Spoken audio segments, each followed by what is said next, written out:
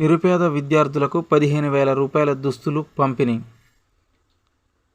పున్నమరాజు నారాయణరావు, కమల దంపతుల జ్ఞాపకార్థం వారి కుమారుడు విజయశర్మ దంపతులు చర్లమండల కేంద్రంలోని వనవాసి కళ్యాణ పరిషత్ నిలయం నందు విద్యనభ్యసిస్తున్న 29 మంది గిరిజన విద్యార్థులకు 15,000 రూపాయల దుస్తులను పంపిణీ చేసి వారి దాతృత్వాన్ని చాటుకున్నారు.